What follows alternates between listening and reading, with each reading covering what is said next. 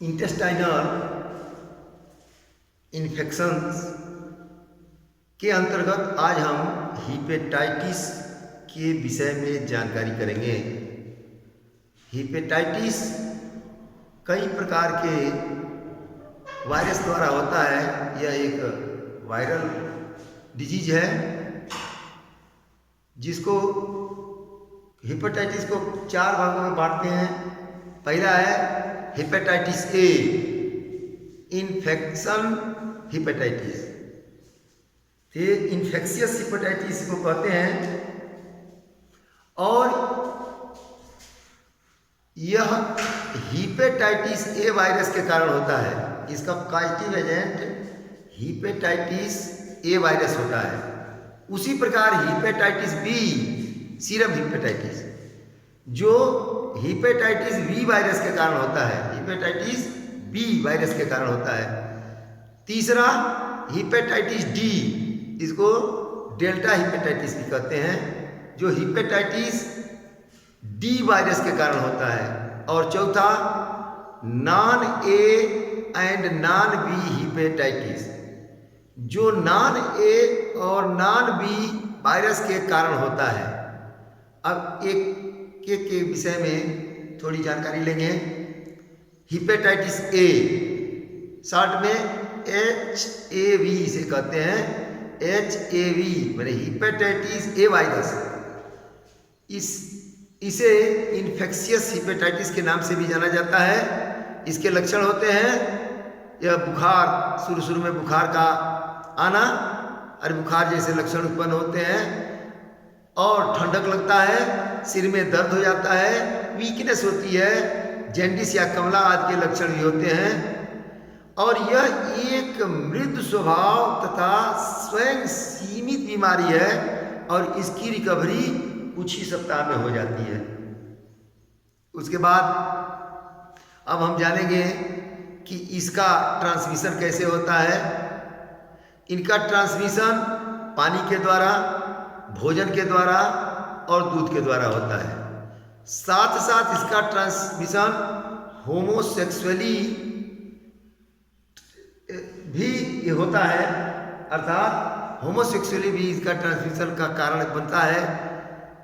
अब इसको कंट्रोल कैसे करेंगे? कंट्रोल के पॉइंट के अंतर्गत हिपेटाइटिस ए का कंट्रोल करने के लिए सबसे पहला चीज जो ध्यान देने वाली चीज है, एक्सक्रेटरी पदार्थ जो भी है, उत्सर्जित पदार्थ, उसको सुरक्षित रूप से डिस्पोज कर देते हैं। सुरक्षित रूप से उसको इस जगह पर कर देते हैं जहां से वो दूसरे किसी को संक्रमित न करने पाए। दूसरा, दूषित भोजन, दूषित पानी या दूध देना बंद कर देते हैं। किसी भी प्रकार के दूषित पदार्थ को नहीं देते हैं। तीसरा है पैसिव इम्यूनाइजेशन, प्रतिरक्षण के क्रम में ह्यूमन नॉर्मल इम्यूनोग्लोबुलिन से इसका प्रतिरक्षण किया जाता है। अब दूसरे प्रकार का वायरस जिसे हिपेटाइटिस बी या HBV इसको कहते हैं, हिपेटाइटिस बी वायरस, इसे हम सीरम हिपेटाइटिस भी कहते हैं। और यह हिपेटाइटिस बी वायरस के कारण होता है। हिपेटाइटिस बी का संक्रमण हिपेटाइटिस ए के संक्रमण से अधिक नुकसानदायक होता है। हिपेटाइटिस बी के इन्फेक्शन से लीवर कैंसर भी हो जाता है, यकृत में कैंसर भी हो जाता है। इसका ट्रांसमिशन कैसे होता है? इसका ट्रांसमिशन होता है दूषित सिरिंज के द्वारा तथा नीडल के द्वारा। दूषित जो सिरिंज और नीडल है उसके द्वारा भी इसका ट्रांसमिशन होता है। या दूसरा जो है ब्लड ट्रांसफ्यूजन जब करते हैं, रक्त का आदान करते हैं, तो रक्त के आदान के द्वारा भी यदि संक्रमित व्यक्ति है तो उसके संक्रमण जो है उसके नॉर्मल में चले जाते हैं।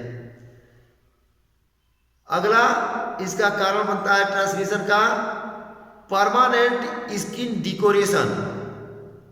परमानेंट स्किन डिकोरेशन टैटूइंग जो कहते हैं, उससे क्या होता है कि उसमें जो इंक लोग चमड़े के भीतर जो अंदर करते हैं और उसके द्वारा इसका ट्रांसमिशन हो जाता है। इसके अलावे इसका ट्रांसमिशन प्लेसेंटा तथा सेक्सुअल कांटेक्ट से भी होता है। अब इसको हम कैसे कंट्रोल करेंगे? इसको कंट्रोल करने के लिए बहुत आसान तरीका है। पहला है कि जो कई अब किसी जो ब्लड देने वाला, जिसका ब्लड हम जानकारी करना है जिसका देना है, उसकी हम HPV के लिए उसकी जांच स्क्रीनिंग करा देते हैं, अर्थात डोनर या रक्तदाता के रक्त की स्क्रीनिंग HPV के लिए अवश्य कराना चाहिए। बिना जांच कराए किसी को वो नहीं चढ़ाना चाहिए। दूसरा, उचित रूप से सिरिंज और निजिल को स्टरलाइज कर लेना चाहिए।